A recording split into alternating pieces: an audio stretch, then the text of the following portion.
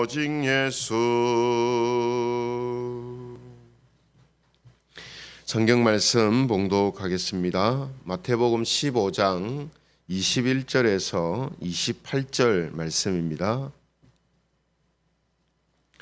마태복음 15장 21절부터 28절까지 말씀을 제가 봉독하겠습니다.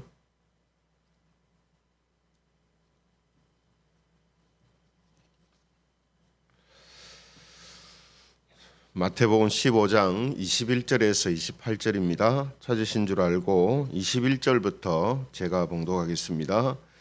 예수께서 거기서 나가사 두로와 시돈 지방으로 들어가시니 가나안 여자 하나가 그 지경에서 나와서 소리질러 이르되 주 다윗의 자손이여 나를 불쌍히 여기소서 내 딸이 흉악하게 귀신 들렸나이다 하되 예수는 한 말씀도 대답하지 아니하시니 제자들이 와서 청하여 말하되 그 여자가 우리 뒤에서 소리를 지르오니 그를 보내소서.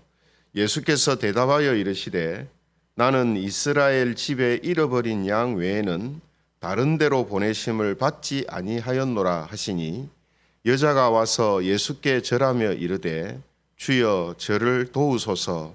대답하여 이르시되 자녀의 떡을 취하여 개들에게 던짐이 마땅하지 아니하니라. 여자가 이르되 주여 옳소이다마는 개들도 제 주인의 상에서 떨어지는 부스러기를 먹나이다 하니 같이 읽겠습니다. 이에 예수께서 대답하여 이르시되 여자여 내 믿음이 크도다 내 소원대로 되리라 하시니 그때로부터 그의 딸이 나으니라. 아멘. 오늘은 믿음은 자화상으로 나타납니다. 믿음은 자화상으로 나타납니다. 이런 제목을 가지고 하나님 말씀을 증거하겠습니다. 자기가 스스로 자기 얼굴을 그린 것을 자화상이다 이렇게 말을 하는데요. 이 자화상도 자기 모습을 그대로 잘 그려야지 그렇지 않으면은 아무 쓸모가 없게 되죠. 마찬가지로 우리가 신앙적인 의미에서도 신자는 자기 자신의 자화상을 바르게 알고 있어야 합니다. 자신의 자화상, 자신의 영적인 자화상을 바르게 알고 바르게 그리고 있어야 한다라는 거죠. 그렇지 않으면 올바른 믿음과 신앙생활을 영위하기가 어렵게 되기 때문입니다. 그래서 오늘 이 시간에는 신자는 어떤 자화상을 가져야 하는가 하는 것을 말씀을 통해서 함께 살펴보려고 합니다. 왜 이 영적인 자화상, 자기 자신에 대한 자화상이 중요한가 하면 믿음이라는 것이 자기 자신을 어떻게 보고 그리고 있는가 하는 것으로 나타나기 때문이다라는 거죠. 그래서 오늘 설교 제목도 믿음은 자화상으로 나타납니다. 이렇게 정한 것입니다. 그래서 오늘 이 말씀을 보면은 예수님께서는 이 갈릴리 지역에서 사역을 하시다가 이 두로와 시돈이라는 이방 지역으로 들어가시거든요. 그리고 그곳에서 가나안 여자 하나가 예수님 뒤에서 귀신 들린 자기 딸을 고쳐달라고 간절하게 소리를 지르는 사건이 발생을 합니다. 그런데 이상하게도 예수님께서는 이 여인의 외치는 소리를 들으시고도 아무 말씀도 하시지 않으시죠. 그래서 23절에 보시면 예수는 한 말씀도 대답하지 아니하시니 이렇게 되어 있습니다. 제자들이 볼 때에도 이상한 광경이 된 겁니다. 왜냐하면 예수님은 평상시에 예수님 스스로가 자발적으로 병자들을 고쳐주시던 분인데 지금 이 여인이 너무나 간절하게 외치고 있는데도 예수님은 들은 척 만척하고 계셨기 때문입니다. 그래서 우리가 이 복음서에서 예수님의 그 행동 또 예수님과 관련된 사건들을 볼 때에 뭔가 이상하다 싶은 것은 반드시 하나님께서 예수님께서 거기에 어떤 의미를 담고 지금 우리에게 가르쳐 주시려고 하는 것이다 하는 것을 우리는 이제 알 수가 있죠. 그래서 오늘 이 본문의 내용도 마찬가지입니다. 제자들이 다 들을 수 있을 정도로 소리를 외치는데 예수님은 이전과 전혀 다른 반응을 이제 보이셨다는 겁니다. 여기에는 분명히 이유가 이제 있는 거죠. 어떤 이제 이유가 있겠습니까? 여러분, 지금 예수님께서는 앞서 우리가 말씀을 쭉 살펴본 것처럼 예수님의 이 사역이 계속해서 행해지고 있는데도 지금 특히 갈릴리 지역, 예수님의 그 고향을 중심으로 한 그 근처의 지역에 사역을 하시는데 그곳에서 계속 예수님이 배척을 당하시거든요. 그리고 유대교 지도자들을 통해서 계속해서 비난을 받으시고 또 그들에게 배척당하시는 이런 일들이 계속해서 이제 생기고 있었습니다.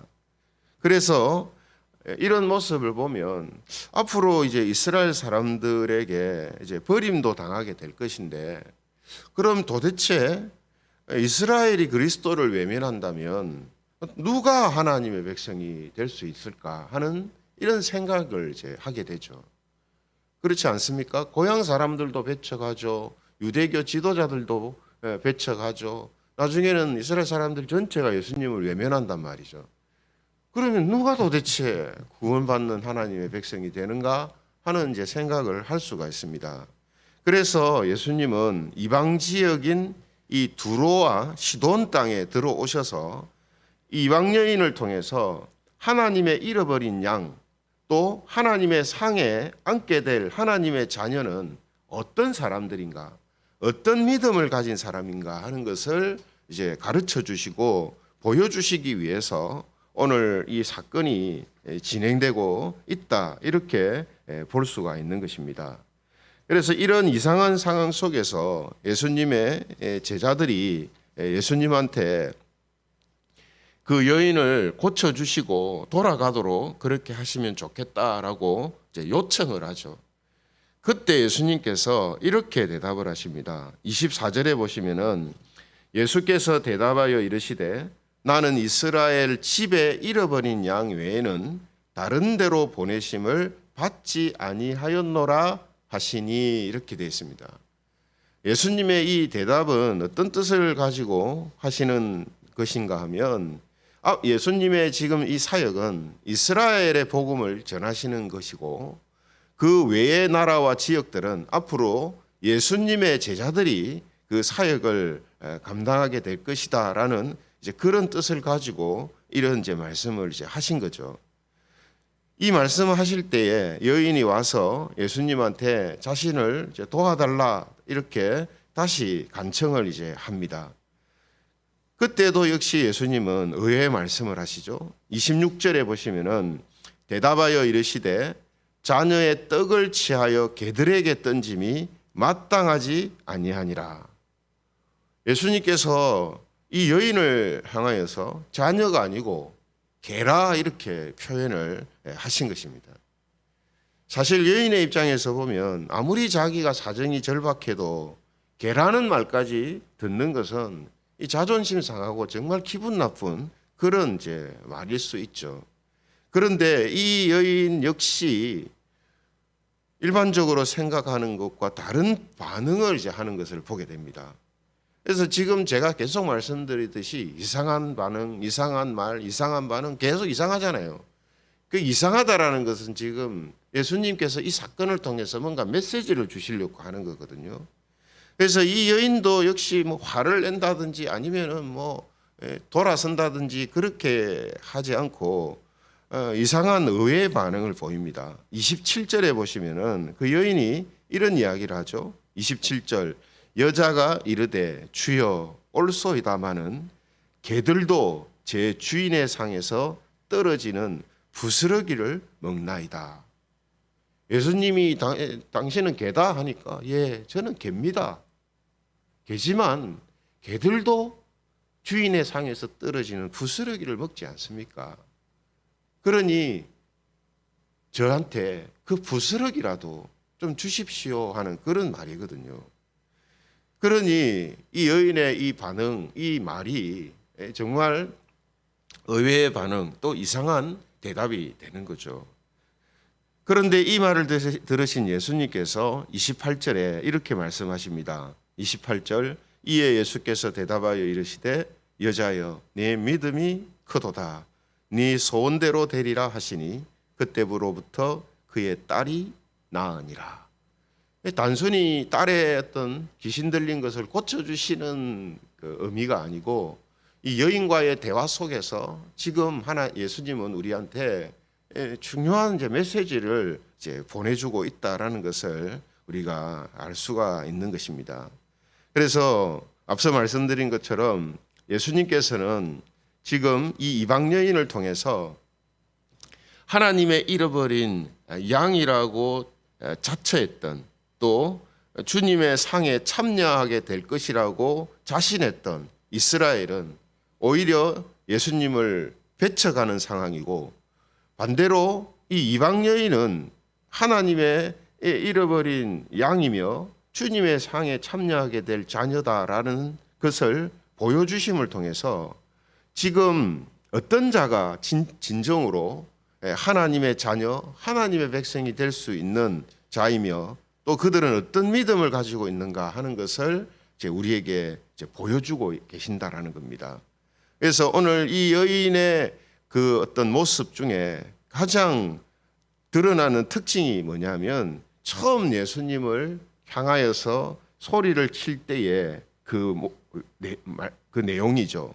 뭐라고 합니까? 22절에 보시면은 가나안 여자가 이렇게 소리를 지릅니다. 주 다윗의 자손이여 나를 불쌍히 여기소서. 주 다윗의 자손이여 나를 불쌍히 여기소서. 이렇게 예수님을 향하여서 외쳤다 하는 것입니다. 여러분, 주 다윗의 자손이여라는 이 말은요, 예수님이 이제 메시아다. 다윗의 자손은 메시아라는 뜻이거든요. 근데 이 말이 무슨 뜻인가 하면 예수님은 하나님께서 다윗에게 언약하셨던 그리스도십니다라는 말입니다. 근데 사실 이스라엘 안에서도 이런 고백을 하는 사람들을 자주 보지를 못했거든요. 그렇잖아요. 근데 이 여인은 이방 여인임에도 불구하고 예수님이 하나님이 약속하셨던 다윗에게 언약하셨던 그리스도십니다라는 고백을 먼저 합니다. 그리고 나서 뭐라고 합니까?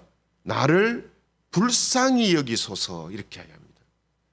여러분, 예수님이 하나님의 아들이시고 그리스도라는 거 귀신도 안다 했거든요. 그죠? 귀신도 압니다. 그런데 귀신이 없는 게 뭐냐면 나를 불쌍히 여기소서가 없어요. 당신이 하나님의 아들인 줄 압니다. 그러니 우리를 좀 불쌍히 여겨주시고 긍휼히 여겨주십시오. 이런 게 없어요. 그런데 이 여인은 뭐라고 했다 했습니까? 나를 불쌍히 여기소서. 나를 불쌍히 여기달라는 말은요, 단순히 귀신 들린 딸이 있는 불쌍한 여인이니까 그 딸을 고치기 위해서 많은 고생과 모욕을 감수했던 그런 불쌍한 여인이다라는 그런 뜻으로 지금 성경이 이야기하고 있는 게 아닙니다. 지금 성경이 드러내려고 하는 불쌍함이라는 것은 인간적인 불쌍함을 이야기하는 게 아니고 영적인 불쌍함을 이야기하는 거예요. 영적인 불쌍함. 그래서 자신을 영적으로 볼 때 불쌍히 여기는 이러한 자화상을 갖고 있었다라는 것을 성경이 지금 드러내려고 하는 겁니다. 그렇기 때문에 예수님이 개라고 하실 때에도 이 여인은 옳습니다라고 대답한 거예요. 만약에 여러분 인간적인 개념에서 자신이 불쌍하다고 생각하고 있는데 다른 사람이 자기한테 개라고 이야기를 하면 누구라도 발끈합니다. 이거는.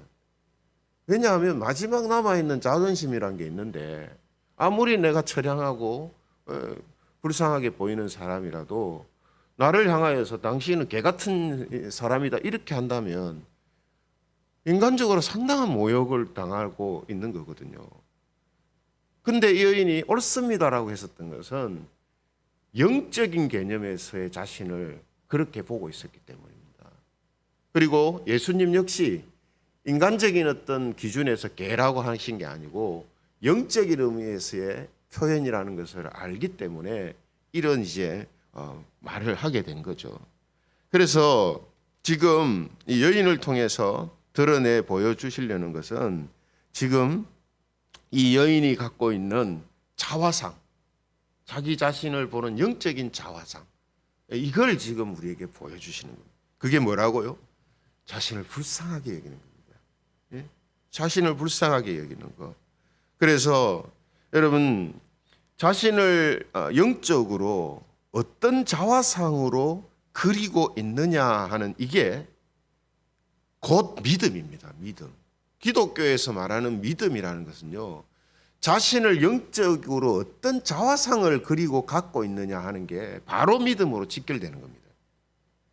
이 말은 다르게 말하면 자기 자신을 영적으로 불쌍한 자로 여기지 않는 사람은 잘못된 믿음을 갖고 있는 거예요.